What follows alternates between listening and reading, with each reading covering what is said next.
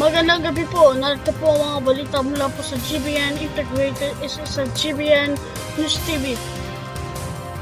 Pinarusahan ng Brazil ang kahinaan ng Scotland sa depensa upang makapasok sa knockout rounds ng World Cup Champions noong Miyerkules, Huwebes oras sa Maynila. Habang sigurado ng Switzerland at Canada ang kanilang pwesto sa last 32.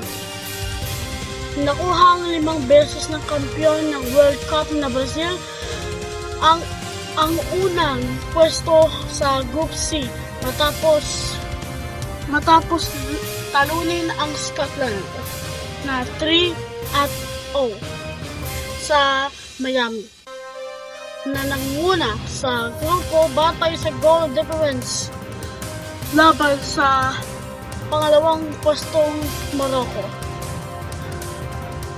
na nakasigurado ng kanilang pagpasok matapos ng 4-2 na panalo laban sa Haiti sa Atlanta. At dyan po mga nagbabagong balita mula po sa oras na ito po. Ito po si Lina Ago kasi ito po ang GBN Breaking News.